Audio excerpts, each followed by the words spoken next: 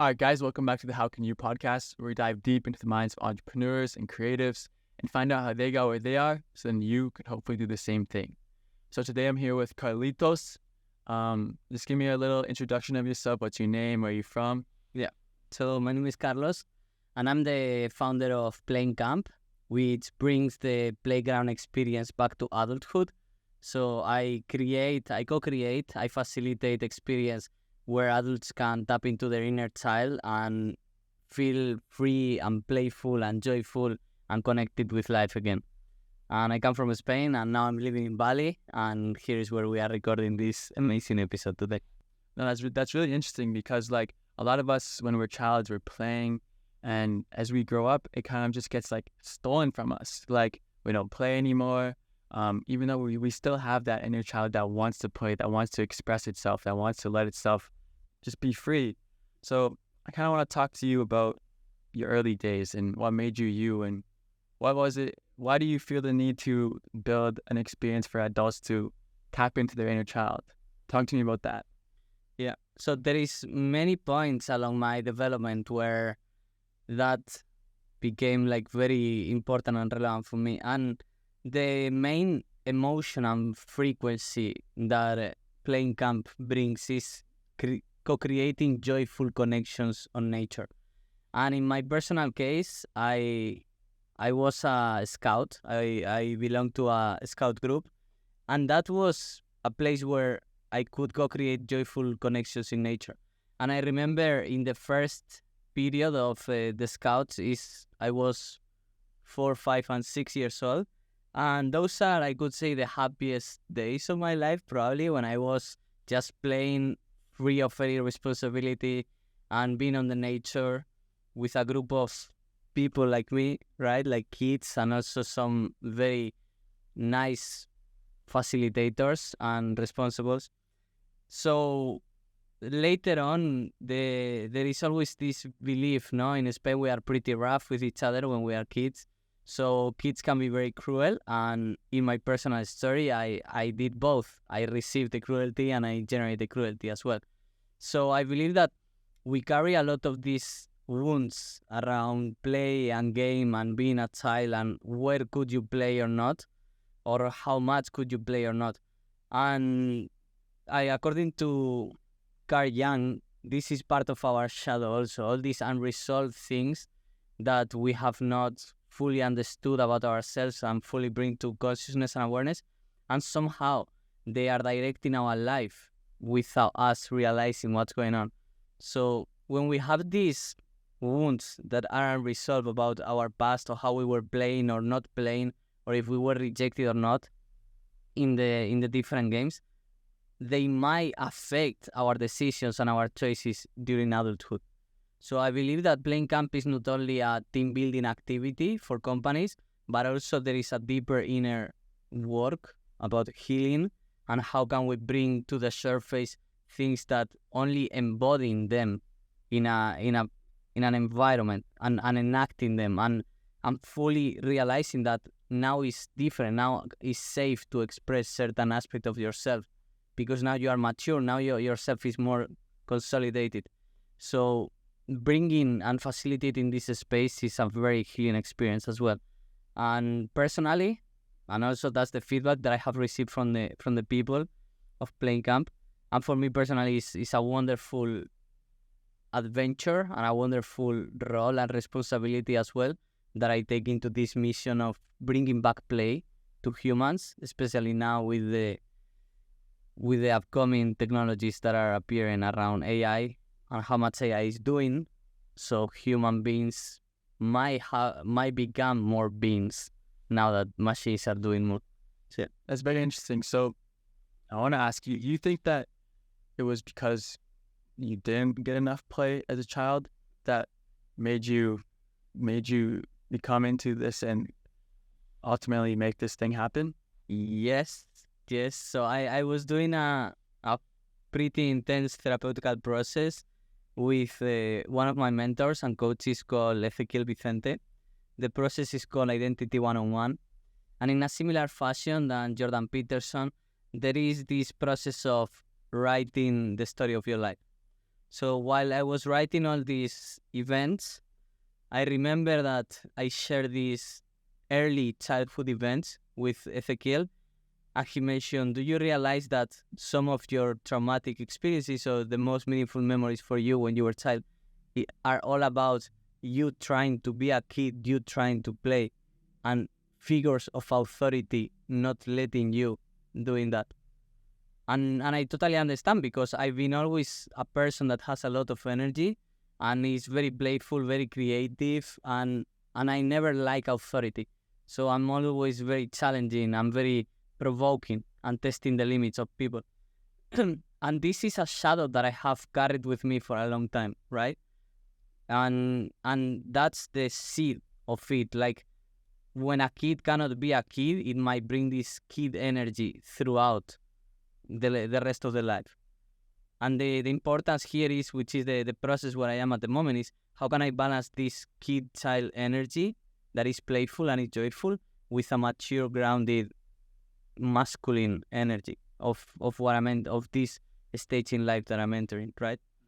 So playing camp is the balance, is the solution to this equation, where as a masculine creator, I can facilitate the experience of being a kid for me and for other people in an environment where it's allowed to do that. Mm-hmm.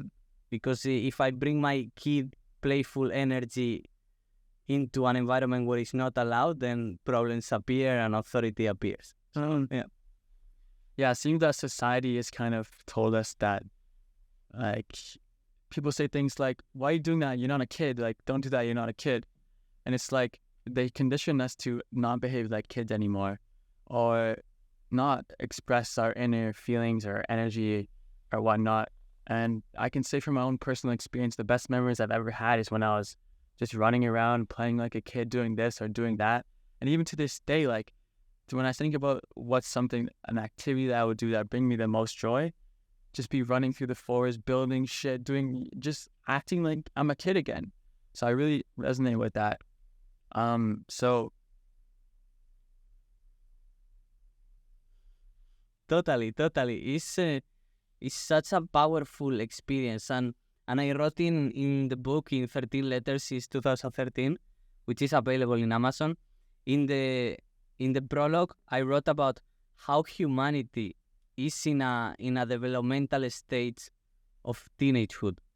So in the book, I do a parallel between the theory of Erickson, which about the socio-psychological development of human beings, which is divided in different stages, as well as human being as a species, right?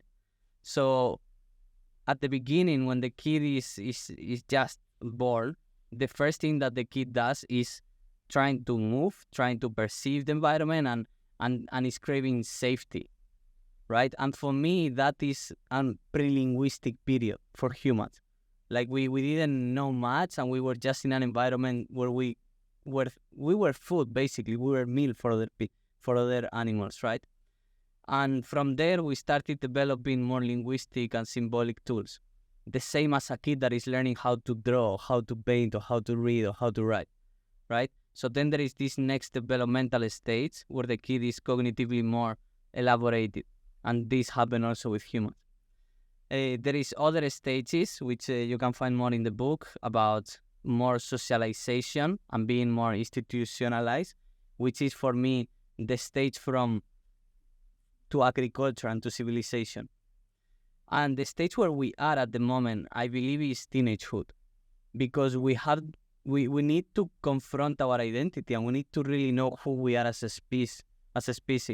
And this is a very powerful crisis, because for teenagers, they confront the idea of suicide in many occasions, and the rate of suicide is where it starts to be present, right? Like, the weight and the heavy of the responsibility of being appears with teenagehood, with understanding my own identity and what is my role and what is my responsibility. And we are there as a collective species as well, because we are able to generate these such a powerful technologies. And we need, and it's not only the technologies, but it's like our opportunity of leveraging those technologies to go beyond our planet, to go to another planet, which for me is the end of teenagehood, is to go to Mars, because that means like you are being able to expand yourself to the being that you are, and to start socialization with other beings beyond the teenager, which is forming a relationship and eventually generating kids and offspring. So I believe that we are in a crucial moment of history where we are going to ideally not commit suicide and build a paradise for humans where we can deepen into relationships. So for the past couple of days, we've kind of been hanging out a lot, and you talked to me a lot about how in the new age of AI that we're living in, and with ever increasing jobs being taken by AI, we're almost going to be forced to go back to those old days where we play and run around, climb trees. So talk to me about that. Yeah, and as you mentioned, it's like, from so many people, the most beautiful experience or memory is being on nature, using their body, interacting with the different natural elements. And it relates us to the primal essence of the human. So again, we are going as an individual, we are going back to when we were kids and we were in nature, but as a species, we are going back generations when we were primates and we were in the nature. So there is something really powerful there, and there is an author, Sahara Rosé, mentioning rewilding, coming back to being wild and being like an animal, because that's connecting us with a true essence of who we are and ourselves. And it spontaneously brings joy and brings liberation and brings strength, because we are beings that are inhabiting this body. And this body was developed in nature, evolved into nature. So now that we are living on all these boxes with these artificial lights and these artificial screens, it doesn't feel totally aligned or totally right. And that's the power of bringing people back into the nature. And ironically, it might happen, this is one of the results, that the more we evolve in technology, the more we evolve with machines and with AI, the more time we are going to have back for us to come back to being. Now it's a choice, because a lot of people seem that they are going to choose to go deeper into a digital or virtual reality as well. Yeah, so talk to me about like I lost it. What was about why? Oh yeah, so you mentioned there about our brains and the way that it's wired is very primal. Still very primal, but we live in this modern world and our brain has not caught up yet. So we have all these primal instincts, these behaviors, these habits, all these different things in our mind, but our environment is completely different. Like, for example, rejection. When we lived in tribes, rejection meant death, right? Yeah. Because if you got rejected, you wouldn't have food, you wouldn't have shelter, you wouldn't have protection, you would inevitably die. So nowadays, we're so afraid to get rejected because the way that our brains are wired is that it still means death. Yeah. But it doesn't mean that anymore, right? And that's why so many people are afraid to go start that business or to do that thing, to ask that girl out. Yeah.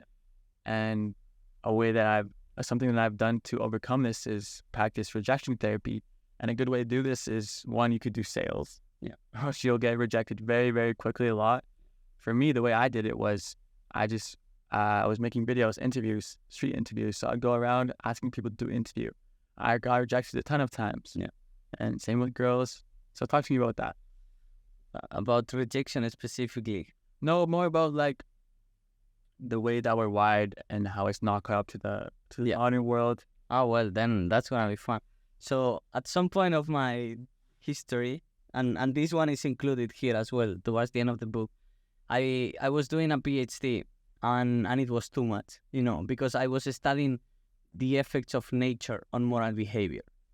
So, but I was studying it intellectually, and I was in an office, sitting on a desk, day after day, doing this type of repeated tasks. So it seemed to be aligned with my purpose, which is nature and connection, and study the power of our psychology and our spirituality into being. But on practicality was day in, day after day, being on this office. So I was suffering a lot from many deprivations. And I was reading this book called Civilized to Death. There is a very nice video on YouTube about me quitting all of these things and me explaining more in depth all this topic. So in our society, we are overwhelmed with some things that are simply toxic. Let's call them toxic, but not healthy for the type of being that we have, the type of body, the type of mind, the type of feelings that we have. And at the same time, we are deprived of another amount of things that are aligned or healthy or supportive of our best expression of ourselves. And this comes back to what is natural for us. And by natural, meaning how our body has been evolving through the majority of the years. Because there is this amazing blog, Wet But Why, where he represents graphically how much time we have spent in the different environments. And there is remainings and bones of human beings from 200,000 years ago that were already human beings. So from 200,000 years until the discovery of agriculture, which is around 12,000 years ago, we have this immense gap of years, which is it's like, let's say 200,000 years of just living on the nature, on tribes, interacting with our environments every day. And then we started building this agriculture and becoming sedentary, and then civilization, and then, like writing, and afterwards it comes the revolution, like the industrial revolution or the technology revolution. So this thing of screens and computers is how many? It's like 50 years old as max, 40, like smartphones has been like the last 10 years or 15 years, right? And we are glued to them. So it's so alien for us. It's so new. It's so modern. It's a technology we don't totally understand. We don't understand the effects that they do. But when we review the literature on how consumption of social media is correlated with depression, for example, it's like, it's so obvious at the same time. Like, what is not correlated with depression and the opposite is being on nature. Being on nature is correlated with higher levels of happiness and health and well-being. And at the same time, we are putting screens in our face. And this is one aspect, because there is so many around exercise, around diet, around the type of interactions we have with people, about how often do we can share or speak our mind.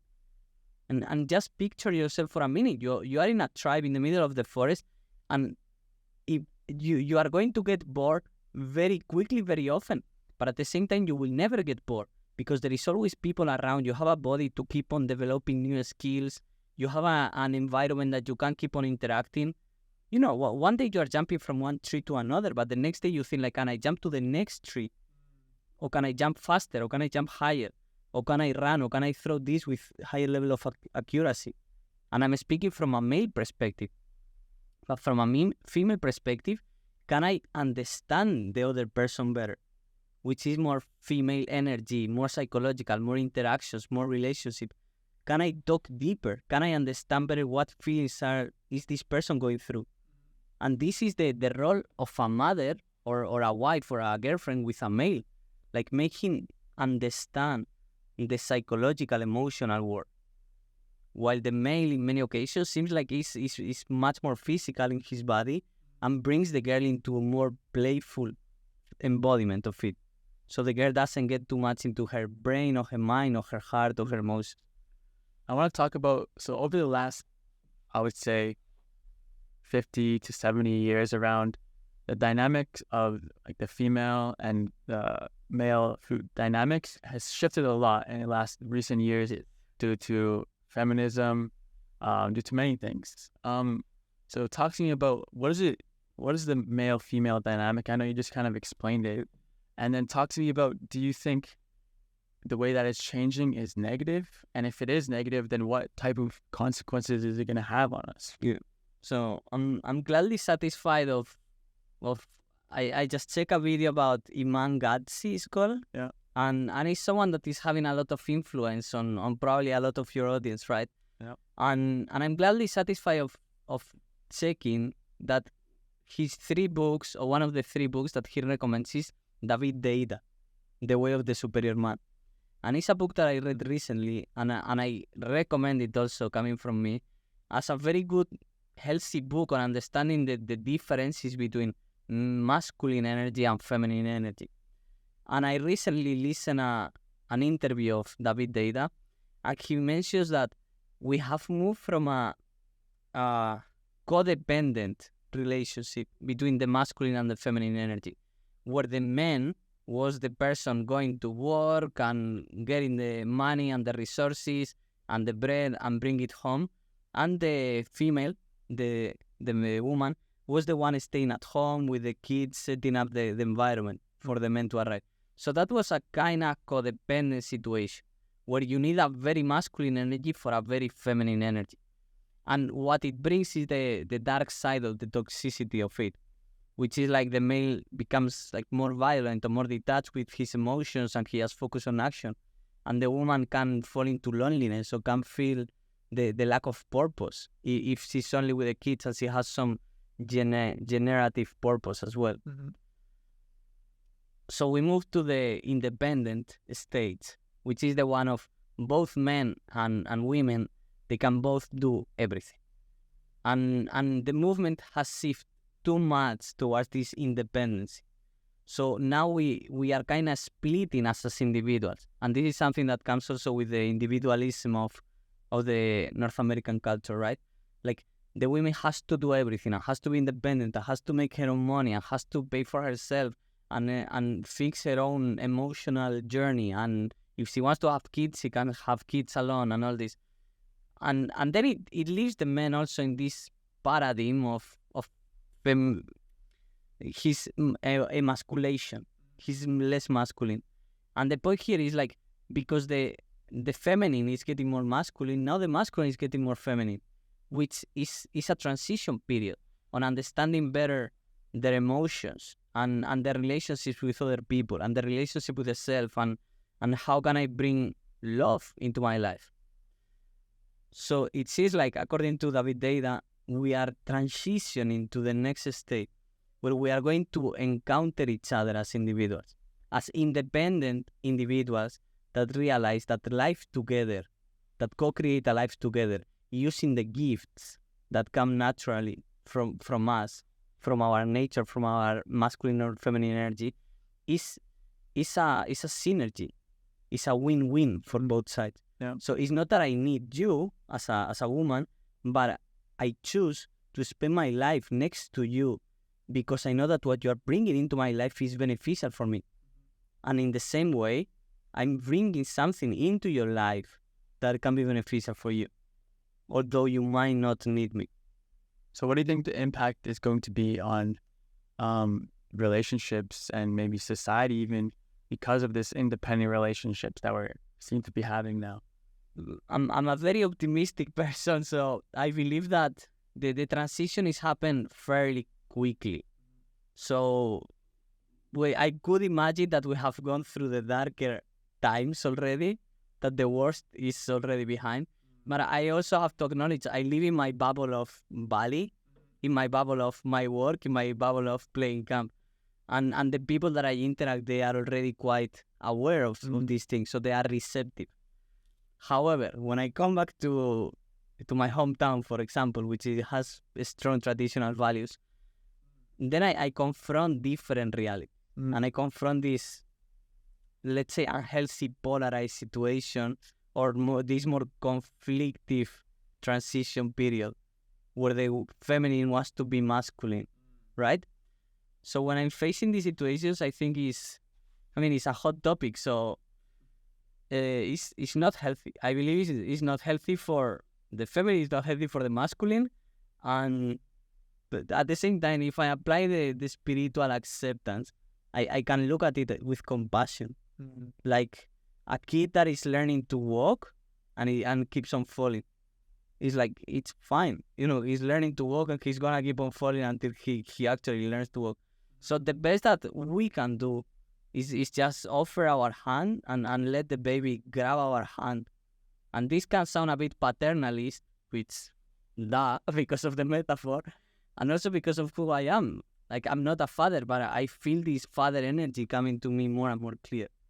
And it can come across as not paternalistic, but like this healthy masculine of mansplaining or things like this, that this feminine word, they utilize this type of terminology. And but I believe it's the way that feels healthier and happier and more evolved as well, no? Understanding the individual, understanding this interaction with other beings. So yeah, it's bringing, trying to answer your question, it's bringing a lot of friction in relationships, and it's bringing a lot of friction into society as well, and into how the legislation is being developed. Sometimes switch from one side to another, right? Like suddenly when the government is from the right wing, then we come back to all traditional. And when the government is left wing, then we go to all the radical leftist extremism. Yeah, and if we talk about who's pushing these ideas, who's pushing these values, it's very much the Western world. And what does the Western world want you to do? Well, they put you through school. They want you to go to school and get a job. So ultimately, the system can work, right? Yeah. And I think that's very important to realize, is that it's the system pushing these ideologies onto us, right? Whether you believe it or not, it's simply true. And I think, I mean, we're in a very small echo chamber here in Bali of people that have broke free from the system, that have done what they want to do, that are living lives of purpose, I think, at least. And yeah, like, I think we're going to learn the hard way about the relationship dynamics, but I'm very glad to know that people like Andrew Tate, Iman Ghazi, all these guys, they're teaching the younger generation. And as you said, you like to think that the bad days are behind us. And I think that is completely true. Yeah. I think that, like, almost all my friends know all these guys and agree with most of them. Yeah. Or, like, as individuals, you're not going to agree with everything someone says, but they, in general, agree with these guys. Yeah. And I'm going to do a bit of self-promotion, because we are working into launching the Identity 101, the therapeutical process that I did with Ezequiel. And the point of this Andrew Tate or Ghazi is, like, in many occasions they have identified the problem, but the solution is not clear. So the diagnosis is there, this is what's going on, and this is not working. But what is the treatment? What is the solution? Yeah. And this is the thing that we are creating with Identity 101, which is a more deeper process of understanding who you are and what brought you to the place that you are today, and how you are acting and interacting from these circumstances. And what is your goal in life? What do you want to manifest? What do you want to create? What is your vision and mission? And how you can transform your identity to be aligned for that to happen. So this is what we're creating. So yeah, we've identified the problem, and do you think you found the solution? Well, I didn't found it. Yeah. It's a process that I went through. Yeah. And for me, it worked amazingly, man. Like, I moved from, so there is this specific domain, in life we have different domains that we can focus, right? And with all this hustle culture, red pill, part of the narrative that is present nowadays goes around focus on your career, focus on making money, the women come later. So it creates a lot of teenagers and young adults of 20 something that they are, like, rejecting relationships. And this comes back later as there is this story that I heard in the Selling with Love podcast about a coach, like high-performing coach, really wealthy people, that was with this guy that had built the whole business, and he had, like, so many millions here and there. And then he was 40-something, and he said to the coach, like, okay, now I'm in a moment where I'm ready to get married.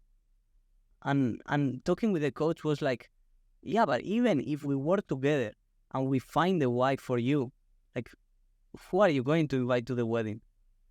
Like, you just destroyed all your social network in the achievement of a professional purpose or career. And now what? Now that you want to focus back on relationship, what happened with all of them? Yeah. So it's all about balance. Yeah. And I can reflect on my personal life because I was there. I was sacrificing and destroying unconsciously, and also by the program, because it's also programming. You know, all this entrepreneurship and do this and focus on your goals, all of that is programming us. So based on this mindset, I was taking out a lot of people that might not have been as hustling as me, or as an achievement focus or career focus as me, but they were healthy relationships. And I destroyed several of these until I found myself in a point where I was like, something is not working here. And by talking with Ezequiel, with my mentor, then I found out, okay, what are all the things that I'm doing consciously and unconsciously that are destroying all these relationships, and who I am, and how am I showing myself to new relationships? What is my attitude? What is my presence? What is my intention? And eventually, relationships, like romantic relationships, has been like a big thing, because I have like a big list of lovers, which is in one of the chapters, like unfinished lovers, that nowadays, like today, I have to journal again and write letters again about these relationships more than 10 years ago that are still open for me, because something wasn't resolved, or a lesson that I didn't learn. And now it seems that I'm getting more and more ready to manifest and to co-create the woman and the queen that I want in my life for the kingdom that I'm attending to build. Yeah. I think, so my audience is very young, right? And I think what Iman and Andrew Taylor are saying about like focus on yourself and like do all these things, I think it's very important to a certain extent. I think if you do that until you're 46, then something's not right. Yeah. Right. But at least, like for me, for example, I'm at a point now where I'm just focusing on my business. I'm focusing on myself. I'm focusing on my development. I'm not actively looking for a relationship. If something comes to me, I wouldn't reject it if she's the right one. But I'm not actively out there looking, because I'm not at a place where I want to be yet. I don't feel that I can show up as my truest, purest, highest self yet. And so, yeah, I think it's very important to have that type of balance. But like you were saying, I agree with this perspective, but I believe it's like a pendulum. You know, it's all about balance in many occasions. Like when people go too much into "I'm focused on myself," because this, let's say, it infects the feminine as well. Because when all the guys are focusing on themselves, then all the girls are going to be like, "Where are the guys now? I have to focus on myself." So you kind of grow apart, and this is millennial speaking to Gen Z, right? So there is a lot of narrative, I believe, about how bad we are, the millennials. But what's out, guys? Like, what are you doing? And also, there is this wonderful study that is pretty famous about social networks and how people find work and job and clients, if you have a business, through the weak links that they call, which is these friends that are not so friends, but they know someone that knows someone that needs your services. And that's the importance of having a solid social network. Like, and when you start scanning, it's true, like if you have all the money, you can go to any hotel in the world and you can get any airplane. But if you don't have so much money, and when you are young, you normally don't have so much money, what is the power? And you can make this quantity and a financial amount of money that you are saving because you have friends. Because I've been doing this for years. I've been traveling and I've been having all these amazing experiences because I was able to go to Greece and stay at the house of my friend. And every night that I was in Greece at the house of my friend, I was saving myself 20, 30 bucks. So if I'm there with him a week, that's like a 200 euro only hosting that I'm there. And if I'm living with the family, then the family is feeding me and is teaching me Greek. And they are showing me around places on the city. And this is only because I had friends. Yeah. And how much I can grow because I have a friend that is a good relationship that invites me to his place versus me hustling another week on the office. Yeah. No, I totally agree. But what I do want to add into this is that there's a difference between healthy and unhealthy relationships. For example, a lot of my old friends, I still love them to death, right? But for me to surround myself with them all the time is not healthy for my goals. And now I'm here in Bali and I'm grinding, but instead of just focusing on me and, not having any of these other relationships, now I have a bunch of entrepreneur friends that are going to the same places that I can go, and we're in it together, right? We bounce ideas off each other. We talk about different things, and it's amazing.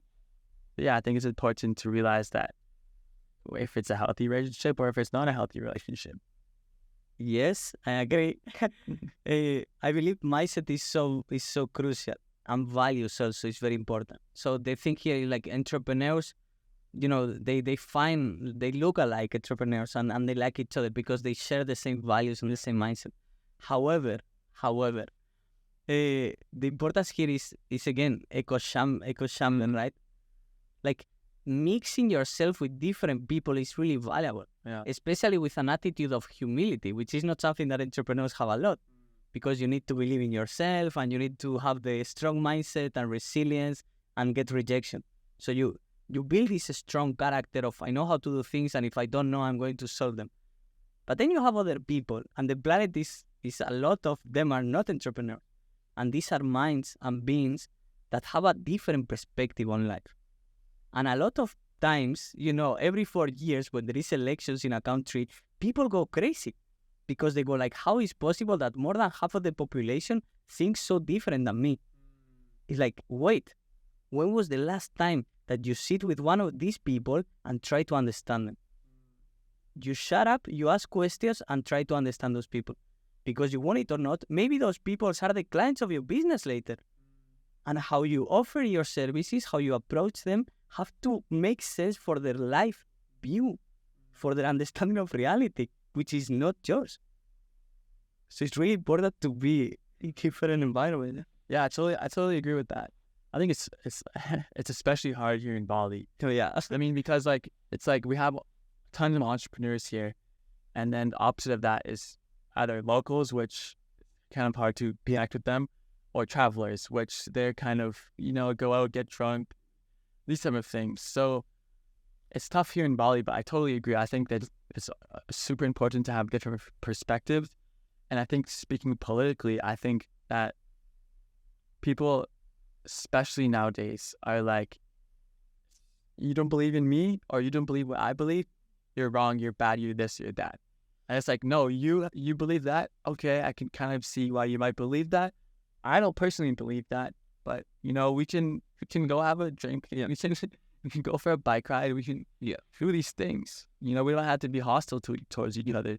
Yeah, and if I can add a little thing is, there is a master and there is a lesson in every person. Yeah. And just by their life experience or the way they see life is like, what can I learn from this interaction? What I'm not able to see.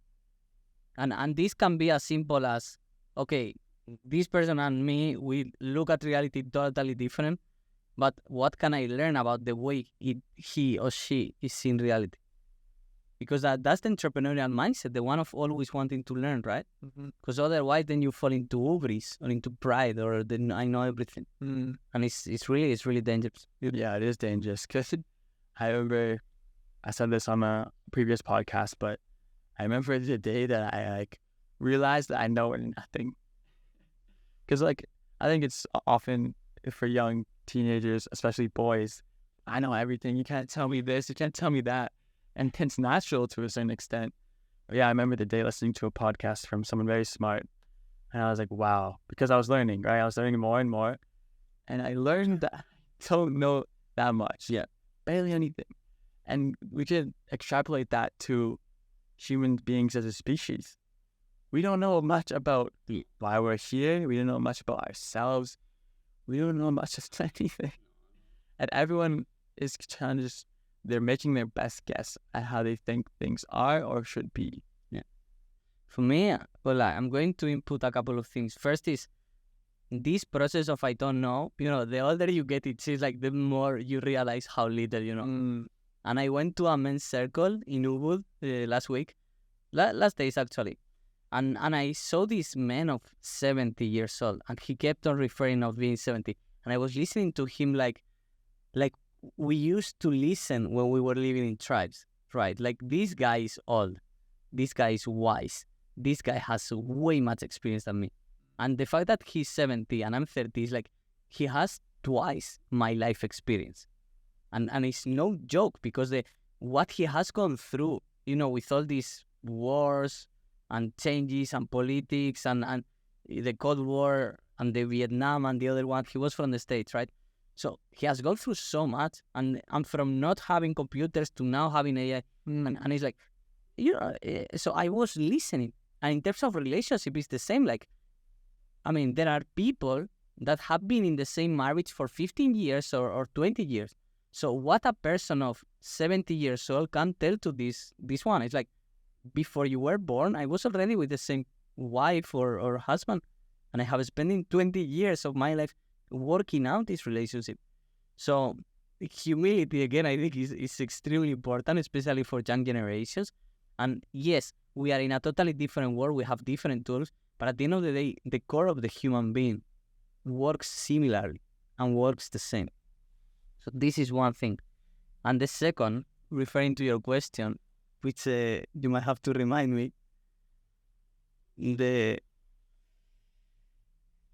as a species.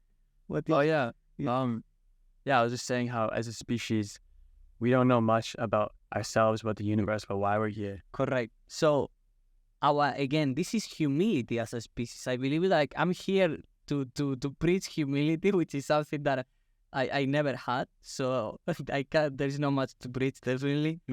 And this humility is like, now there is these theories. Well, first the example is like, if you go back on time to these human beings living in caves, and you put a smartphone in the hand of one of these human beings, and you explain them how to use them, like how much their mind will be totally blown away. Like, I have a piece of rock in my hand that is showing me images, and that I can talk, and it talks me back. It's like, I mean, it's totally inconceivable, right? So just ask yourself, or ask any of us, with all this advance of technology and where we are entering, 100 years from now, 50 years from now, like all the things we don't know. And in Wait But Why is so lovely. The way he explains this is like, it's with circles. It's like things you know, tiny circle, and then things you know you don't know, another circle, and there's like things you don't know. And there is like things that you can even inconceivably understand anything. Yeah. Because you are in a human brain at the end of the day. And they're the size of the universe. This is something that a human brain cannot understand, bro. When you start seeing these videos about this is planet Earth, and this is Jupiter, and this is the sun, and this is another star, and another galaxy, and the human brain has not been evolved, hadn't been evolved to understand that. And it's like, so, and a funny thing that I want to input as well is about the potentiality of us living in a simulation.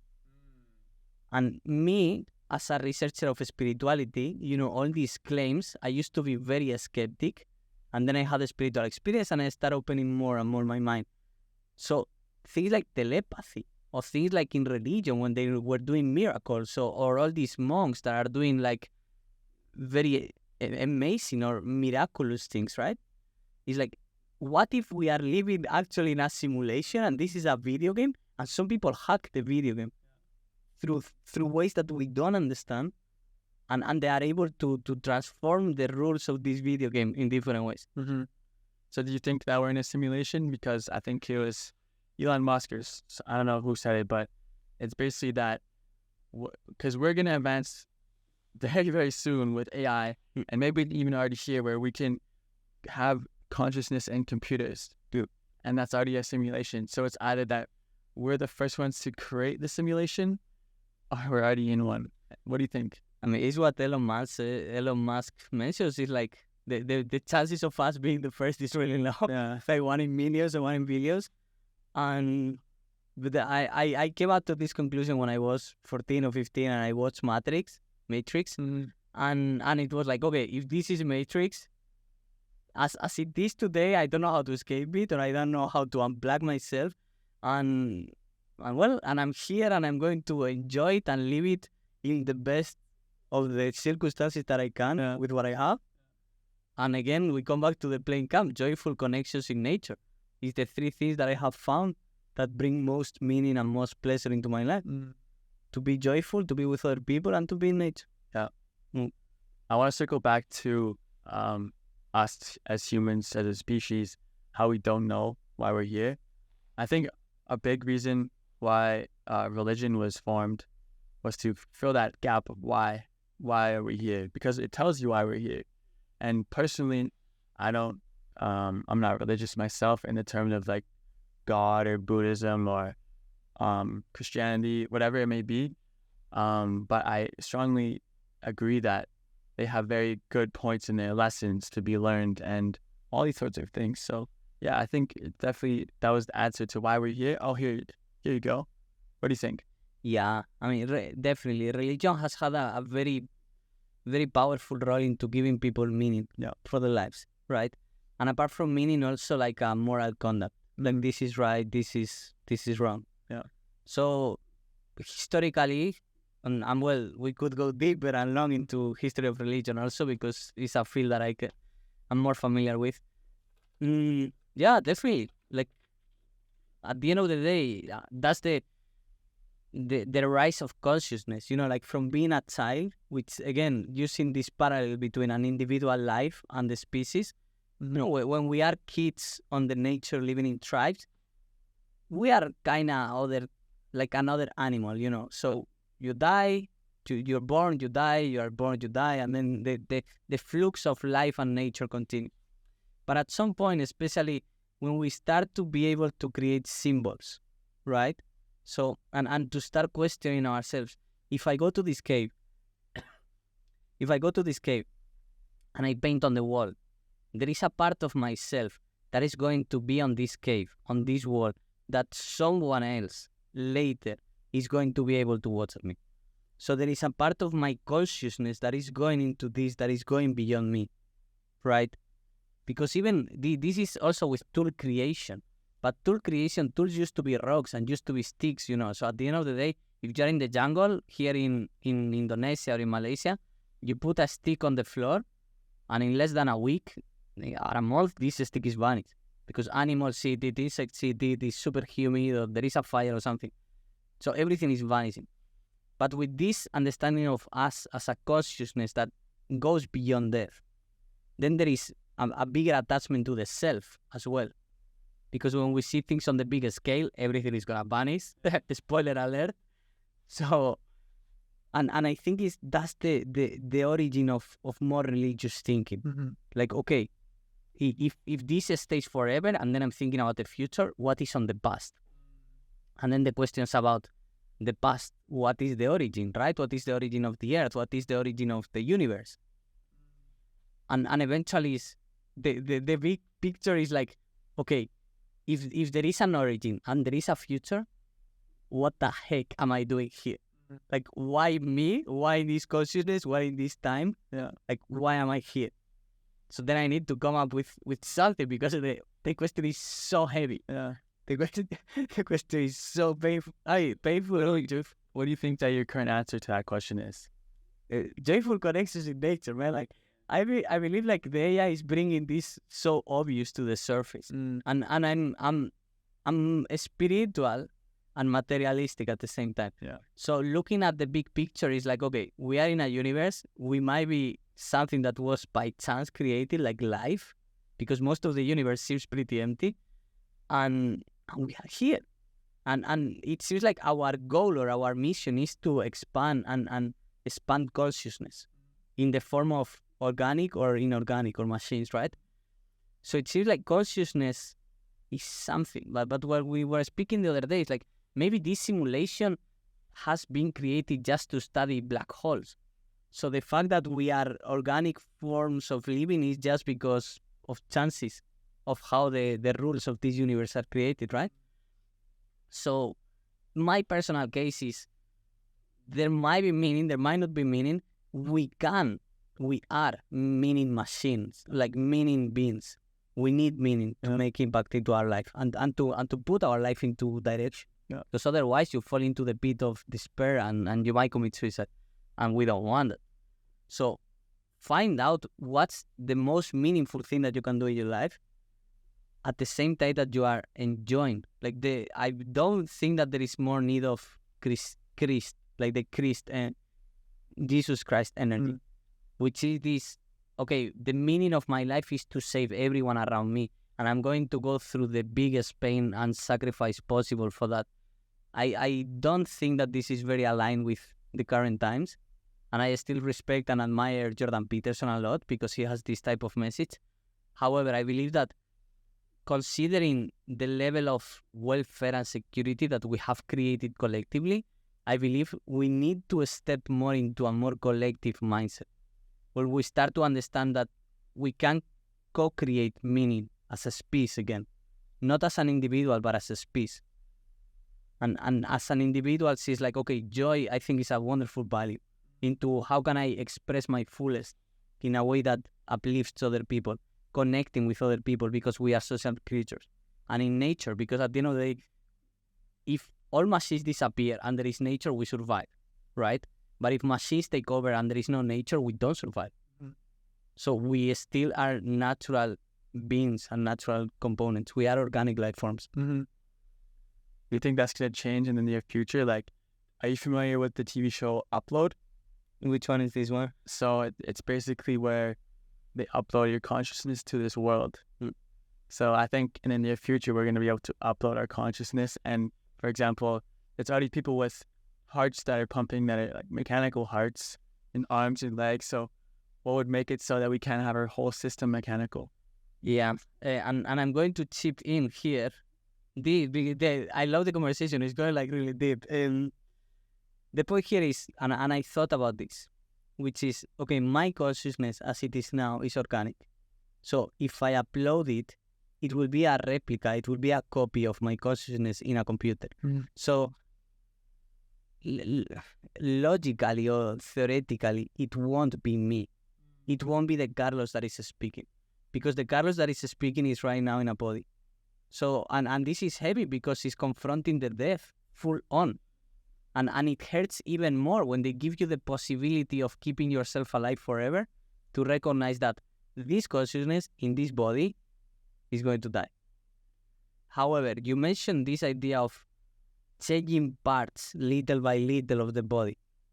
So now the question is like, what is the consciousness? Is on the brain, is on the mind, is on the body, is on the connection of all these things. And some people speak also about the possibility of the cryogenesis, maybe? Cryo, like you can freeze yourself. Oh, yeah. So if you freeze yourself, hoping that in the future, because I'm speaking in 2023 with all my limitations and all my ignorance, right? If in the future there is actual processes of keeping organic life forms alive forever, which is something we currently don't know or we don't comprehend. Yeah. I think it's insane, but I think within our lifetimes, it's going to be something that we're going to see for sure, especially with the advancements of AI. It's incredible already how the world has changed in the last 7-8 months since ChatGPT released to the public. Yeah, like it's incredible. Yeah, and AI is the software, because the hardware. This is where things get very interesting. The hardware is robots, but the hardware is atoms. This is very powerful to understand, and bioengineering, for example. This is very interesting because then it gets closer. It's not just to have a mechanical heart. It's like having an organic heart that has been designed and manufactured for you. So you can replace organic parts of your body for other organic parts of your body, and keep them functioning. So then we could say like your organic consciousness could keep on functioning in this body, right? So, and this is something that is there. There is different avenues. It's not only AI, but there is also this thing of just genetic engineering and things like this that have been developing for now a bit on the shadow or silently, but the progress is happening immensely. And it's true, like AI is moving things way faster and forward. I think I saw, correct me if I'm wrong, maybe you don't know. I think I saw some article or news or whatever that they have cloned a baby, or they're about to clone a baby. You know anything about that? How it felt? No. I think maybe I'm wrong, but behind the scenes, they're definitely doing something. But not even behind the scenes. I mean, this is something that I learned when I was in the school, and I think I was 12 or 13 years old. So maybe you were not even born, man. And they were speaking about the dolly, the sheep, the sheep. Oh, sheep, yeah. Yeah, the dolly sheep. There is a sheep that was cloned at the beginning of the 2000s, I believe. So human beings have been able to clone mammals already for a really long time. And it's something that is not on the news, or people are not speaking about it, because it seems like the moral, the ethical understanding of that is like, okay, we agree we are not going to start cloning human beings. And there is a consensus on that. Yeah. I think genetically modifying could be very powerful, but I could be powerful in the sense of good and bad. Like, for example, I was born with a condition called club feet, and it's genetic, okay? My mom has it, now I have it. When I have kids, I don't want to pass it down to my kids. I would like to be able to genetically modify my sperm, whatever it may be, however it works, to take this gene out or whatever, so my kid doesn't get it, or my kid's kid doesn't get it. Yeah. What do you think about that? There is a very good film on this debate, this ethical debate. It's called Gattaca, Gataca, and it's just speaking about exactly that. Like, it's a society where every baby has been born and has been conceived with these things on mind. Like, you can choose the color of the eyes, the hair, and of course, you are eliminating any type of diseases, inherited diseases. How is that? In the movie, they go deeper into the different debates, right? Because it very quickly splits society into those that have access to this technology versus those that don't. Because you're creating people that are healthy forever, or more or less, versus those that cannot afford it, and they suppose a burden and a tax for themselves and for society, because have to pay for the healthcare system. The impact of having access to genetically modified babies, which is something that happened a few years ago. I believe in Hollywood, they were offering this type of interventions, right? And as it's happening with technology, it's like little by little, we all will have access to it. But it's always at the beginning where the gaps are being more felt by society. Yeah. Like nowadays, for example, between us, we are the quote-unquote digital nomads. And we can work wherever we want, however we want, and in our terms. And at the same time, there is a lot of people that is still waking up at the same time to put a uniform to go to do something that is repetitive. So more and more, it becomes a choice. The danger of all this technology, the AI, is like now those that have access to this technology are going miles and it's levels of magnitude of distance. It's like us compared to an agriculture person, right? Like our worlds are totally different. So, but who is happier or not, right? Like, if there is someone that I can totally recommend for this is Homo Deus by Yuval Noah Harari, which is the writer of Sapiens as well. Yeah, that book is good. Is that the second one where he talks about the future? Yeah. Okay, good. Are you familiar with Mo Gaudat? I saw the podcast interview with Stephen Bartlett. Yeah. Okay. You listened to it? Yeah. Okay, I haven't listened to that one yet. But yeah, he has a book about AI too. What? Give me a rundown of what he kind of said within the episode. Well, he's quite concerned, definitely. And for me, it wasn't so shocking because I had been consuming a lot of content around AI. And I'm quite aware of what's coming, and I'm not aware of what's coming definitely, but I'm kind of aware of what are the different scenarios that can happen. And if I'm grateful for something that I keep on listening to Mo or also to Peter Diamandis in Impact Theory, is like they all refer to playing camp indirectly, which is like one of the scenarios that can happen is human beings come back to being and come back to connect with each other and be with each other. And Mo mentions this thing of we might end up all in an island while the AI is doing everything. And that's one of the scenarios, but there's the other ones, like the AI, they say like AI goes self-conscious and then it start taking crazy decisions and then it vanishes us in a split, right? In a minute, all of us are dead. They say like it's not so likely. But more specifically, he speaks about the parent metaphor.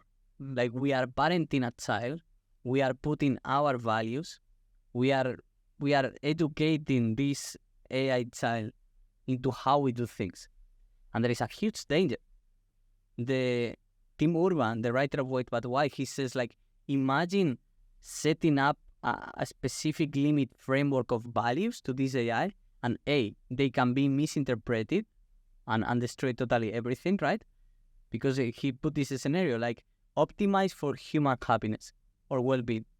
And then the AI decided that the best it can do is maybe kill everyone, so then nobody's sad, nobody's going to suffer anymore, or B, plugging everyone into something that is hitting us with dopamine and serotonin constantly, so we stop living, basically. And the machine is correct, is accurate. And this is a bit of a dystopian future, right? But in terms of values, there is always a conflict between openness and security. And this is the thing of entrepreneurs or people that prefer to have a more stable job, right? Like, so how much of one or how much of the other are we putting into the machine? With the feminine and the masculine that we mentioned before. Like, what type of model are we putting into this AI that this is the masculine, this is the feminine? Mm-hmm. And what Tim Urban refers is like, imagine that they created an AI on the Middle Ages, and these values are all throughout history. And what we receive today is like when someone is stealing things, we cut their hand, or we have to kill him on the middle of the square of the city, which is what we did in Europe. Because those were the values at that point of history. So we are in a point of history that as we are speaking, we are pretty limited with what we know and what the infinite things that we don't know. Yeah. So what values are we putting? So humility could be a really good value. So how does someone get more humility? You ask me, man, I don't know. So from my personal experience, when I feel recognized is where I get more humble. But this is a bit of, it comes from my ego. I believe there is a strong thing of, for people like me, becoming humble by softening the ego. And understanding how limited we are. So I'm going to try to answer. How can you become more humble? Look up. Look up to other people that are done amazing, incredible things that you are not at this point able to do. Instead of looking down on other people, just look up. And keep on looking up, because you will be always able to look up. And look up to your grandparents, and don't think that they are not smart because they don't know how to use a phone, but look at them thinking like they might have survived wars. They have survived hardships that we in our generation, the worst thing that happened was a pandemic that put us on homes. I mean, just, looking up, I believe, look up. Yeah, the pandemic was a crazy thing, very pivotal for me. I remember when we first got locked down, I was like, okay, just no school for 2 weeks, so I'll be finished. No worries. Yeah, I graduated on a Zoom call. Very good. Finally, the digital world becoming useful. Yeah. Useful and very unuseful at times. Yeah. Also, I'm stuck with the humility. Something that helped me a lot with the humility journey was Taoism. Because, and this connects with the whole religion and spirituality. Because I come back from a Catholic background. I had this huge opposition and resistance with authority. And God, the Catholic God, is the ultimate authority that is going to tell you what is good, what is bad, and the day that you die, you go to the hell or you go to the heaven. And it's like, no. For me, it comes like a no. I want to explore and know and discover and test and understand. Nobody's going to tell me what to do or what not to do. So Taoism was a game changer for me. If you don't know Taoist, please go and get a copy of the Tao Te Ching. Can you give me like the basic principles of it? Brother, this is like a 5 hours conversation. So it's a theme. It's a really short book, but every line gives you hours of thinking, right? And the first one, I think, is the most beautiful and powerful one, which explains so much about spirituality. And says, the Tao that can be expressed, it's not the eternal Tao. And that's the first line? That's the first one. The Tao that cannot be expressed. That can be expressed. The Tao that can be expressed is not the eternal. External. Eternal. Eternal. Yeah. Tao. Yeah, I'll have to think on that one. Exactly. But when you open a book, so my personal interpretation of some of them, when the writer or the writers chose to put that line at the beginning, for me, what it means is like, whatever comes after that, doesn't matter.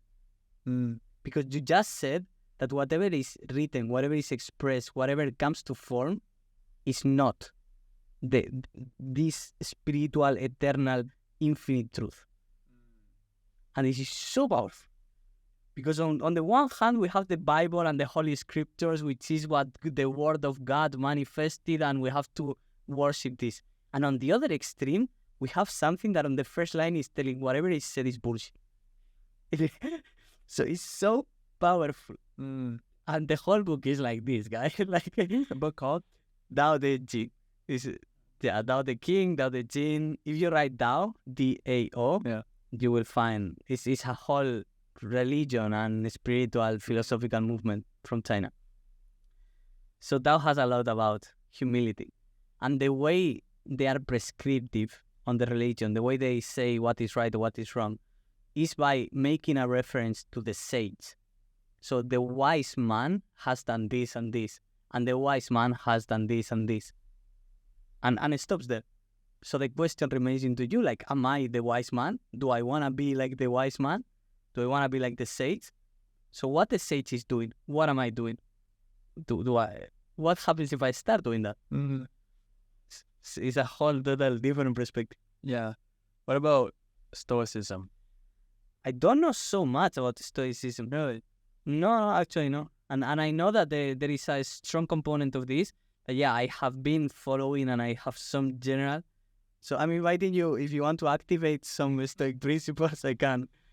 I think it's all about just like, I don't know a ton either, but from my perspective and the way I think about it is like just being calm and collected and not overreacting here and thinking this way and just kind of like zooming out and seeing things as they are and accepting them and not letting them affect you in a negative or even a positive way, just letting it be. Yeah, like it's nothing is good nor bad, it is. Yeah, I'm recalling this metaphor that my philosophy teacher used on the high school, which I have on high esteem. I love him a lot. So it's like there is a chart and there is a dog that is tied to the chart. The chart, like a car, like a wagon, a chariot. Yeah, chariot. Yeah. Right. So there is this dog that is tied to this chariot. Yeah. So wherever the chariot goes, the dog can fight with it as much as it wants, but the dog eventually is going to follow. Yeah. So that's what I recall from Stoicism from my high school, right? And now I'm remembering more things that I have watched or read at different points, which I think it goes around that. Like acceptance is a very strong value of acceptance of where you are and who you are and what is around you, but also responsibility on what are the actions that I'm taking and what are the consequences of my actions, and how if I start changing my actions, this chariot might start moving a little bit. Although I have been born in a certain world or situations, and I need to acknowledge that death is the ultimate equalizer of every human being. What can I do with this? And I believe Marco Aurelius was this Stoic guy. Yeah. And also the value is, so I'm more of an hedonistic person of let's enjoy life. I believe Stoicism goes into the other direction, into lowering the level of the threshold for pleasure. Like instead of in Roman period it had to be really fun. So it's a pity that there is no like more better high quality records of what was going on there. But yeah, there was this movement, the hedonist people. They were like, okay, let's take everything and let's try everything and life is one and let's do everything. And then it seems it might be the Stoics or not. At least Epicureo was onto this, which was like living with less and putting the threshold of what you need in life as low as possible is going to bring you so much pleasure. Because once you have noticed that you can be alive and satisfied and fulfilled with nothing, barely nothing, whatever comes extra is just gratitude. Yeah. It makes sense. Because especially in the Western world, we're conditioned that we never have enough. There's always that next thing that we need, or else you're not cool, or you're not, whatever it may be. Yeah. I think it's important to have that level of understanding or awareness that there's always going to be that next thing. Yeah. There's always going to be that better car, shoes, house, girlfriend, this, that. But just being able to accept and be happy and grateful for what you have is very important. Very cliche. It's cliche, but the science is so obvious into this. And I'm grateful that part of the hustling culture puts people to journal. You know, they say like every day you journal, you meditate, which is a bit of a commodification, I think they call it, or at least cultural appropriation from capitalism of practices like spirituality or meditation, right? But I believe we are all finding our own balance. So yeah, like I'm going to meditate because then I can be more productive and I can do more. And I'm going to journal because then I can do more and I can be more focused. So there is a bit of a friction for me on that one. But still, at least the practice of meditation itself brings people back to the present and feel this gratitude. I think a practice that's helped me immensely is journaling before bed. So I've journaled and I don't know, it's hard to know when to journal, where to, these type of things, right? But I found something that works best for me is to journal before I go to bed. So what this allows me to do is, one, not be on my phone because the blue light is terrible for ourselves. But it allows me to get in this very creative state of reflection and questioning, right? So I ask myself, how am I doing? How are things going? How's my business? How can I improve? And the best part about this is even if I don't answer these questions completely, maybe I'm left, okay, I'm not quite sure. When I go to bed with this question in my mind, a lot of people don't know this, but when you're sleeping, when you're, I think it's REM sleep or deep sleep, I'm not sure which one, but your mind is working. Your mind is figuring out answers to these problems. That's why when you hear people say you should sleep on it, because you should sleep on it. You should, when you sleep, the mind is working and it's figuring out these problems and it's giving you answers. And that's why, like as I said, they say sleep on it. Most people say, I woke up with the answer. Yeah. Like I think there's something where there was a math question. He couldn't figure it out. He didn't understand it. He slept and in his dream, he figured it out and he woke up. I knew the answer and it was correct. You want to hear some cool stuff about it? I want to show you some very cool stuff about that. Because I have some cool stuff on you. because of my background. So first I'm going to mention religion, something on religion, then something on psychology and something on spirituality, right?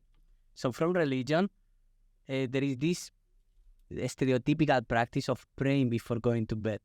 And somehow you are doing that. You are programming yourself to say, thank you, God, for all the good things that happened today. And please, tomorrow this, or this week this, or please give me strength for the exam or whatever. So you are already, the gratitude is installing gratitude in your system, and B, projecting to the future, right? Which is intention setting. Yeah. And this is praying, which is something that so many people do, right? That you go into your knees on the bed before going to sleep. Yeah. And if you do it in the morning, it's kind of similar to journaling. Your intention setting for the day.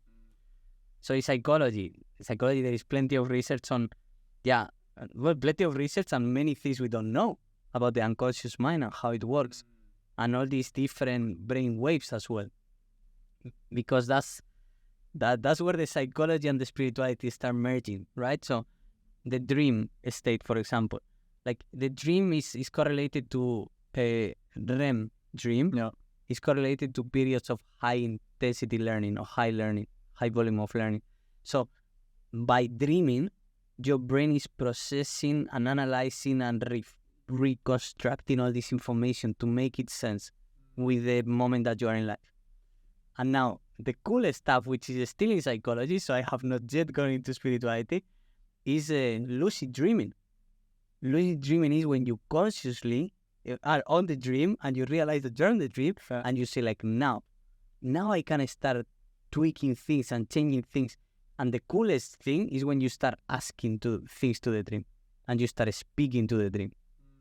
And different elements or pairs of characters on the dream, they are different parts of your psyche that are speaking to you, that are not accessible when you're awake. Yeah. And we are in psychology, we are not in spirituality yet. Yeah, before you do spirituality, I want to talk about this. Yeah. How can one lucid dream? Because I've had a lucid dream, but you actually just reminded me about them. I totally forgot about lucid dreams. And let's say, okay, I want to have more lucid dreams. I want to be able to dream and be able to change what's going on in my own mind.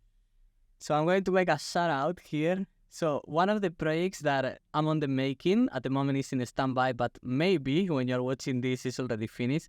It's an app for dream interpretation called Dream Decoder. So it's powered by AI.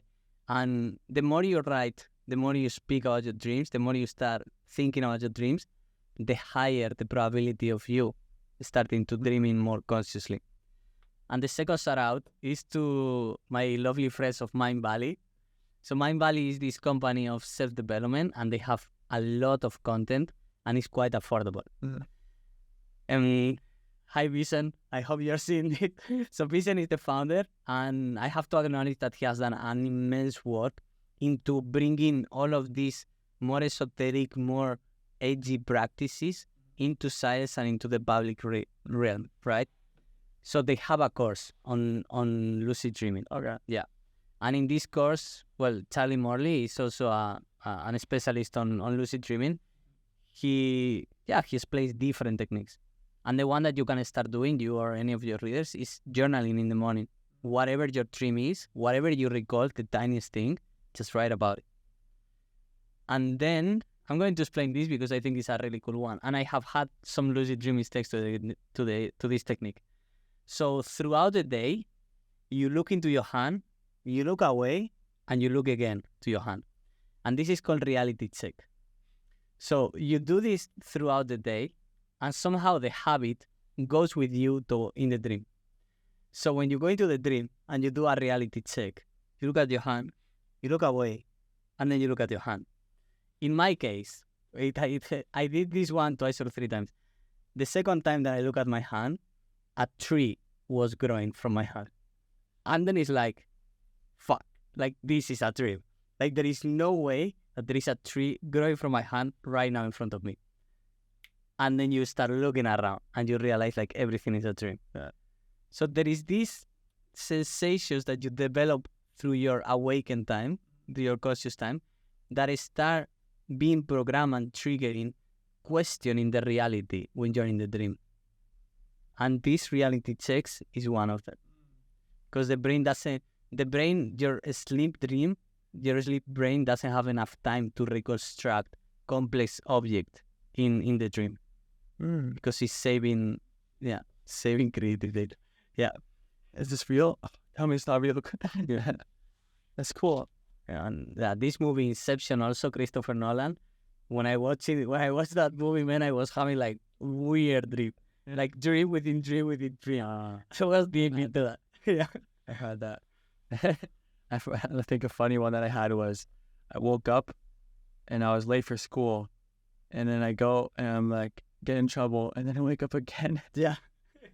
And I'm actually late for school, and I got up and like got in trouble. So cool, man. Yeah. Yeah. So we can move to the spiritual part of Yeah. Dig into that. how to tap into our unconscious mind for problem solving and for intention and for manifestation at the end of the day. So there is this man that I have not researched a lot, which I believe is called Robert Neville or something like this. If any of your listeners is watching, they could comment. And this guy had a lot of these techniques on the 20s or on the 30s. I don't recall. There is different recordings about it. And he works a lot on, so this is the intermingle between the spirituality and the psychology. And we could tap a bit into the potential simulation that we're living, right? So to which extent our consciousness is a wavelength that our brain is receiving. And there is a theory that compares our brains like radios. So when you tune the radio to a certain frequency, then you hear the song. But if the radio is tuned to another frequency, then you hear another song or you hear noise. So what if our brain acts like a transmitter or a receiver of these waves? So when you go to sleep, you're entering into a different song, to a different wave. And this happens because we are using different wavelengths, right? So in Mind Valley also, they have this course. They have one about astral projection, and they have one about this Silva method. So the Silva method is similar to this Neville audios, which tries to tap into that phase between awaken and sleep. So can I utilize this range and can I become more conscious when I'm falling asleep to set up intentions? And the way I set up intentions then it starts being more spiritual. Because in one of the exercises, like you write a letter or you write a CD and then you send it up. You send it to a higher consciousness. So you send it to God or you send it to a higher power, right?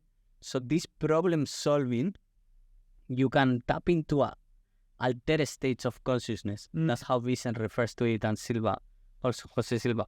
You can tap into this altered state of consciousness for problem solving and for intention setting and for manifesting things also, which that's the interesting thing, because me as a psychologist, I can argue about, yes, that is affecting different parts of your brain that during the day are going to be more perceptive about different resources or different elements on your environment that can help you solve the situation. But what if we use the simulation now and all these brain waves, and what you are doing actually is hacking the game, and you are sending a message to something of this reality, of this video game, that is going to put some resources in front of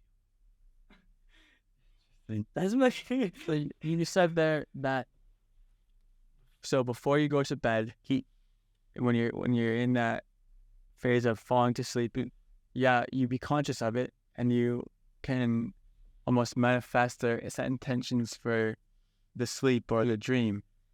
The exercise that I would present to the listeners, because there is a set of different exercises and different techniques, but the beginning point is, and I mentioned astral projection because it's a very similar exercise, which is become more aware of how you are falling asleep, and what type of thoughts are entering your mind when you are falling asleep, and how is your mind functioning. And the first step is become conscious of that, develop this awareness. And when you are having this awareness, my invitation would be, that's tricky. You journal first before going to sleep. You journal about what everything is in your mind, potential solutions, maybe this, as well as vision. You develop a potential. You journal about the problem. You journal about the situation. You journal about potential solutions of it. And then you journal about the solution, the decided outcome that you want. So when you are in this state of falling asleep, the best I believe is taking action, but at least the solution. I would just focus on the solution just for the sake of spirituality, right? Like, just visualize and picture and dream, start getting into the dream like with this solution and kind of surrender it to the universe and to the sleep.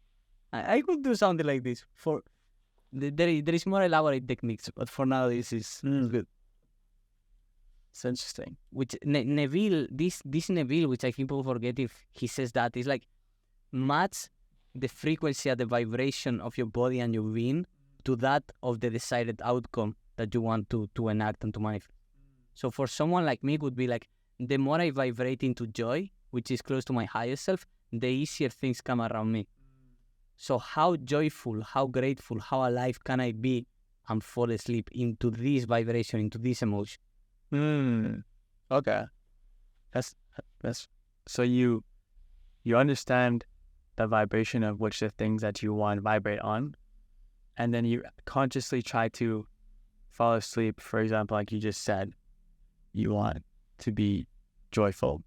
So you're gonna fall asleep with joy and that vibration of joy for it to come into your life. Yeah. Okay. And if I can chip in, because I used to become very triggered by this language on the past. You know, when I heard people speaking as I'm speaking, I was like, wow, that's a huge stone of bullshit. Yeah. But as for today, I can tell you this. Joy, and you can call vibration of joy or the emotion of joy, to come back to psychology. The emotion of joy attracts joyful people, or attracts people that want to be joyful. If someone is angry, you might trigger it with your joy because the people come and say, like, you cannot be that joy. But then you just move away. And more people that want to be joyful, they will become attracted to you.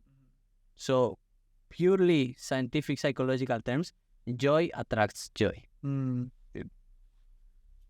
Yeah, like vibrations attract each other. Yeah, and at the end of the day, angry person wants to be closer to an angry person to complain about things. Okay, so we talked about sleep. We've talked about many different, very cool topics. I want to talk about psychedelics. Let's go. I want to talk about. Go ahead. I can go ahead already, man. Yeah. So just give me a prompt. I'm more than ChatGPT, man. You give me a word that I speak for an hour, man. Yeah. Go ahead. So, I'm going to tie it up with the previous topic, which was about how can we use altered state of consciousness to problem solving. And ideally, now with the psychedelics, we are going to, how can we tap into psychedelics to change who we are? So now it's not a situation outside, it's us. And this ties up with the identity process as well. How can we transform our identity so now the things in our surrounding can match this vibrational being or frequency who we are? And I can put very grounded examples. So we are going to use science for this one. Psilocybin was used for people that were chain smokers. Yeah. So they were addicted to tobacco. They did a decent amount of psychedelic take in a therapeutical environment and with the intention is extremely important, of quitting tobacco. And I believe it's like a 70-80% of them, they quit forever. Like forever, after 5 years, they were not smoking. Yeah. So first, from the pharmacological aspect and the pharmaceutical aspect, there is no substance in this planet that is, let's say, legalized or labeled as anti-tobacco or anti-addiction for tobacco drug that has these results with one single take. This is already immense. Like having this on mind could be like, okay, guys, we should double down on these substances and their effects, because it means like whoever, and how bad is tobacco? Whoever wants to stop smoking, they kind of have the possibility of hack the whole suffering process of becoming not addictive by one take that is well done with a very clear intention. And tobacco, I mean, in a country like Indonesia, here is crazy. It's like 80% of the population smoke or something like this. And it's so harmful. And probably most of your listeners don't smoke, but think about your relatives, and depending on your culture, tobacco is more there or less. And now that we have psychedelics, you can change your identity from a person that smokes to a person that doesn't smoke. And what is the power of this? That if you change the core of who you are, everything, which is thoughts, emotions, and actions, everything becomes aligned. Like my emotions about tobacco is not attraction anymore. Now it's disgust. Yeah. my actions about tobacco now is not chasing what is the tobacco or I want to smoke. No, my actions is like I value my health. Yeah. I value my life. Yeah. And the thought process, it goes again into I value my health, my life, and I don't need that. Yeah, I think that's especially for quitting smoking, and I'm going to go into atomic habits as well, but changing your identity is one of the biggest things. So I recently went through the journey of quitting nicotine. And yeah, just changing your identity. For example, for me, I was vaping. From vapor to non-vapor is like, I don't vape anymore. That's not who I am. That's not what I do. And then I'm going to switch this topic to atomic habits. And so what I want to talk about is kind of goals here, right? So let's say you have a goal. You most likely know what habits you need to have in order to achieve that goal. So for example, if I want to get 10 clients for my social media marketing agency, I know that I'll have to do outreach. Outreach as a habit is something that I have to do every single day, day in, day out. Yeah. Instead of focusing on, okay, I need to do outreach, I change my identity to someone who checks to see if I can help people. Can I help you? Just going everywhere I can. Can I help you? Can I help you? Can I help you? Yeah, this sort of thing. Talking about identity shifting, maybe habits, food. I love this because it triggers something on me, which is like I also need to reach out. And prospecting is something that generates a lot of resistance from many entrepreneurs. So this is a good one. And luckily in Selling with Love, so I'm working also with Selling with Love, and we have a program on prospecting, which is very recommendable. And that's our number one focus, like to build the habit of prospecting into our clients. Because sales is a game's number. Yeah. And now is the thing of habits and attitude. So there is different attitude, which also this is from Selling with Love, which is I'm coming here to take or to give, right? So can I help you is more like, okay, what is your situation? What is your problem? What do I have? And if it matches. But if I come there like, hey, become my client, then I'm come here to take. Yeah. So for identity, that's where Jason also from Selling with Love, he does an amazing work into working with the identity. And the identity of a salesman, the identity of an entrepreneur. And in my case, just to refer to myself, I was doing a lot of journaling about entrepreneurship. So what is the metaphor? What is the narrative that you use about you being an entrepreneur? What is the identity that you have built about being an entrepreneur? Because if the identity is like you grind and you hustle and you stay on the office and you stay hours and you block contacts, this is the type of entrepreneur identity that you are developing and reinforcing with the habits, with the thoughts, with the emotions, with the thinking, right? Like becoming more solitude or becoming more arrogant. But if you have a different attitude and identity as an entrepreneur, maybe you are a person that wants to have a positive impact in the planet. Maybe you are a person that values growth. Maybe you're a person that understands the power of relationships to find new opportunities. So the question for the audience would be like, what is my identity as an entrepreneur? And what are the habits, the feelings, the thoughts, the emotion, the consequences of having this identity? So I kind of want to dig into the problem that we're both facing. So like, for example, me, I need to do outreach, right? I need to do more than I'm doing. And it's always like that. You could always do more, right? And that's part of the hustle culture, right? But why do you think it is that, I'm not sure what it's like for you, but why don't we do what we know that we should do? That we know that we need to do? Why don't we do this? Well, that's a really good question. I believe it's different for every person. Yeah. And there is a lot of personal history, right? I mean, for sales and prospecting is rejection. I mean, rejection is a big one. And the other one is the reward, the actions and reward, the gap between when you take the actions and when you get the reward. Yeah. And because, again, when we are primal humans living in the nature, you throw a rock, you hit the fruit falls, you get the fruit, you eat it. So the reward is instantly, and you learn. that by throwing rocks and being good at throwing rocks, you eat more fruit. You know, and the loop of learning is super quick, and the brain gets smarter, and the body gets smarter. Now, the action today is I'm going to send 10 messages, 7, 8 of them are going to go nowhere. 2 of them, I'm going to start a conversation that is going to go nowhere, and maybe 1, I end up having a conversation, and maybe it goes or doesn't go. So, between me sending 10 messages and maybe getting 1 conversation, there is a gap. And it's not like 100% that this is going to transfer. And this is one situation. But the other thing of content creation is the other way around. Is I'm going to do a bunch of things that is maybe 1 week, is maybe 1 month, is maybe 1 year, that someone is watching this video and deciding to start working with me. And this is something that they say to entrepreneurs a lot, which is the compound interest. Like whatever you are doing today is going to compound a long time, and it's going to stack into each other. So delayed gratification is a really powerful one. Delayed gratification. Delayed gratification, man. Because it's like, and yeah, it's going through the pain, it's going through the emotion. Journaling helps always. Like, why I'm not doing this? What is the fear? Always there is a fear somewhere. Yeah. And delayed gratification is like you are not gonna get the client today because you send the message today.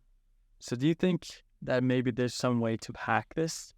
So for example, maybe every message I send, I get something, or you understand where I'm going with this? Yeah. Do you think there's a way to hack that? Yeah, I mean, And if there is, should we?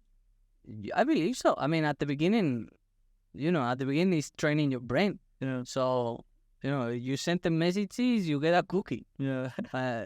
You did the action, right? You're reinforcing the action. You're not reinforcing the results. So that's the good thing. Okay. And yeah, like every day you do something, then you put, you put money on a jar, and then you go dinner with the money that you put in the jar, something like this. Yeah. After 30 days, if you put €1 every day, then you have 30 euros, and then you can say like, okay, I'm going to spend this money to go to a restaurant and enjoy myself. And this can be a way, yeah. Yeah, for sure.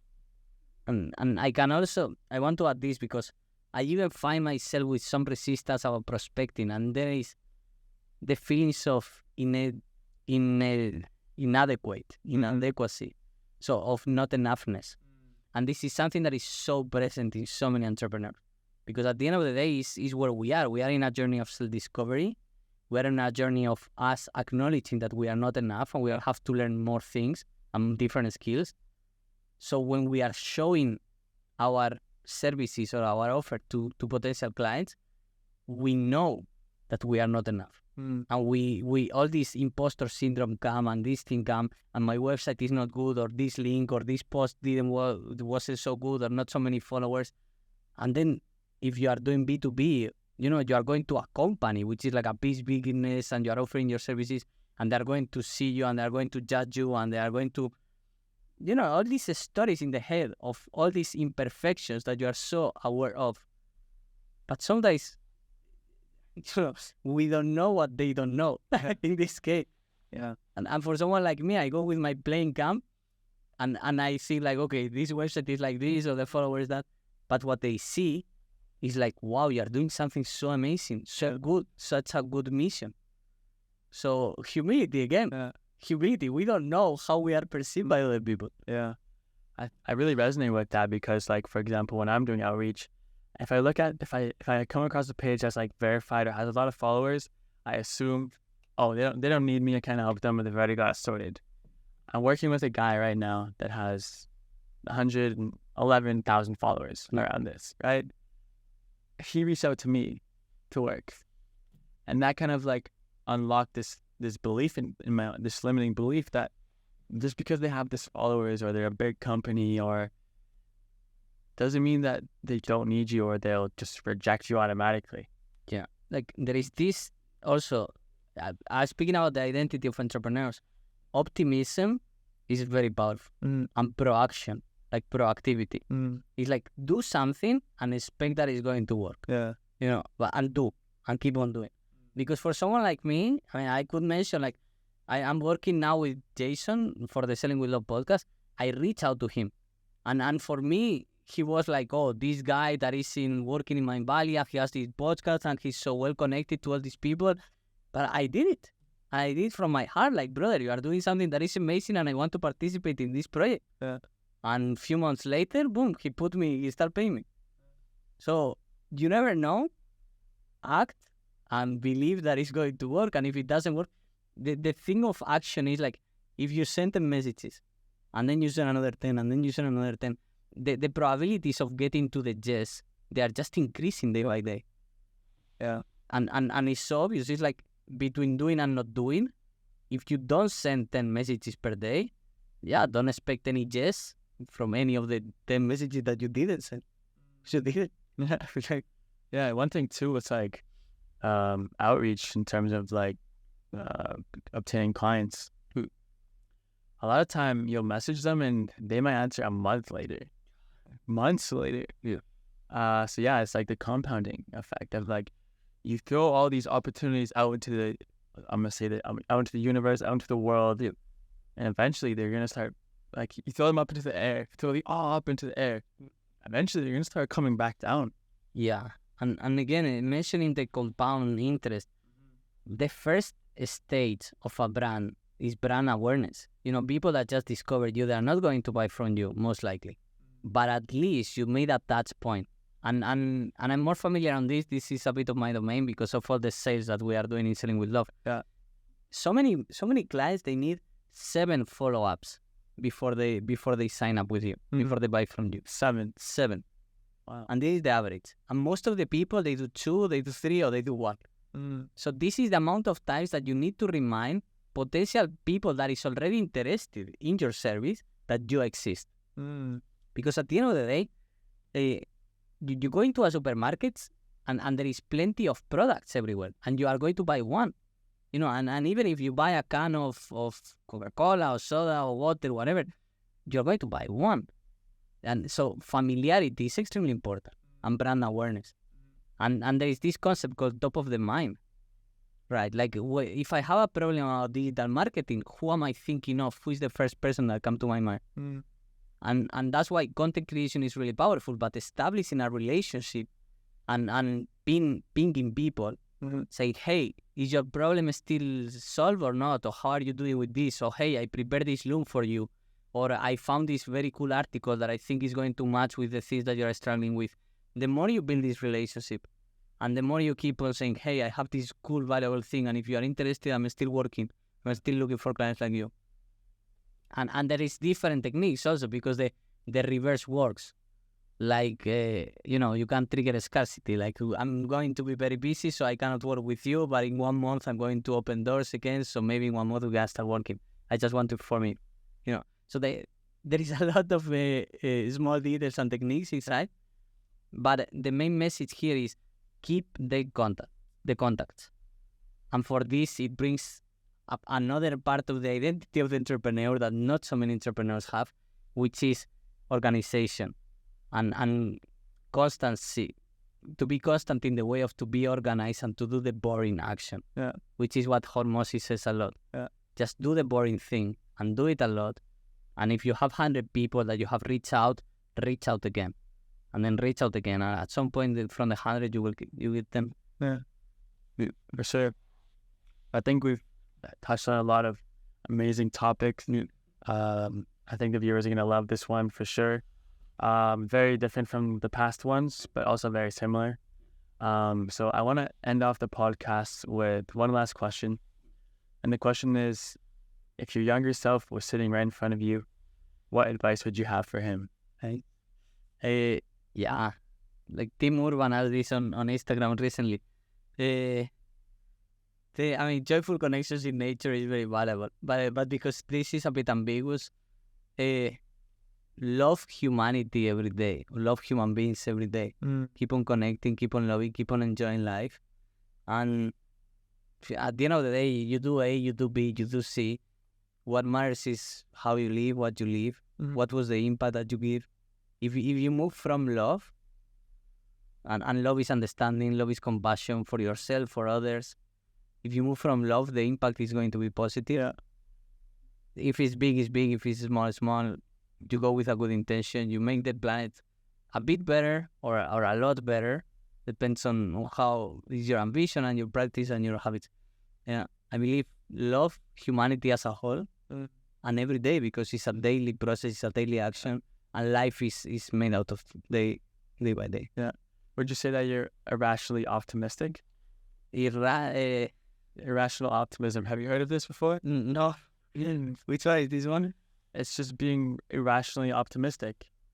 I believe I'm a pretty rational person. I'm quite grounded, and I like to have a good argumentation for most of my opinions and views, right?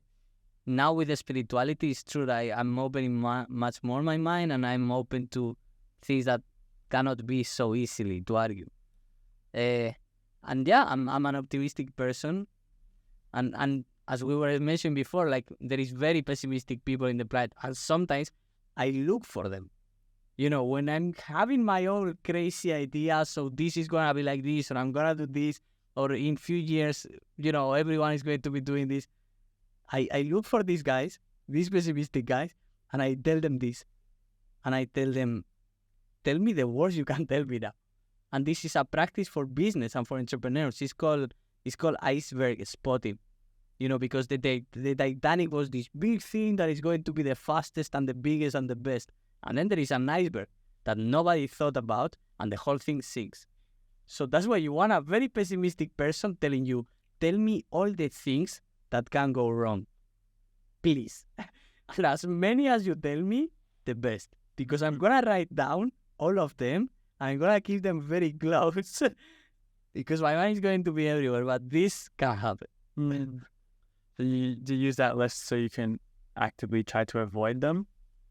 Or just so you're aware of it? Yeah, it's both. I mean, it's avoid, it's preparation also. You know, I mean, and I have felt it on myself. I did this plane camp tour a few years ago, a couple of summers ago, and I was like, I'm gonna go to all these cities in Europe, and I'm going to go to every park, and people are going to list down, and we are going to have so much fun. You know, there was this big iceberg spot, iceberg, which was like, people don't know me. People don't know what I do. People never have experienced it. And I don't know even, I don't have enough capacity to run all these Facebook advertisement campaigns or to target so many people or to convert them or to have the funnels. So it's like, yeah, the whole thing didn't turn out as I expected. You know, I did few playing camps here and there, but not with so much people. But I was testing the concept, right? But yeah, imagine if I double down all my investment and I buy all the train tickets and I book every hotel and I prepare the whole tour and then people don't show. So that's the iceberg spotting. Like, talk with people that are different than you, listen very closely, write down things and prevent. And it's not avoid. I don't think avoid is the good way. It's more like develop your resources. So if that happens, when this appears, you are ready for that. All right, Carlos. Thank you, brother. I have this book, guys. Yeah. Go check out his book. Where can I find it? This one is on Amazon. For me, if you go to Playing Camp, that's the place that you can do in Instagram. And yeah, I'm Carlito Fluito. But yeah, read. Believe me, if you have enjoyed this conversation, the book can be going deeper into my life and my views. And Playing Camp can be something of embodying and enacting joy and pleasure in your life. So what's the book called? And tell us a little bit about it.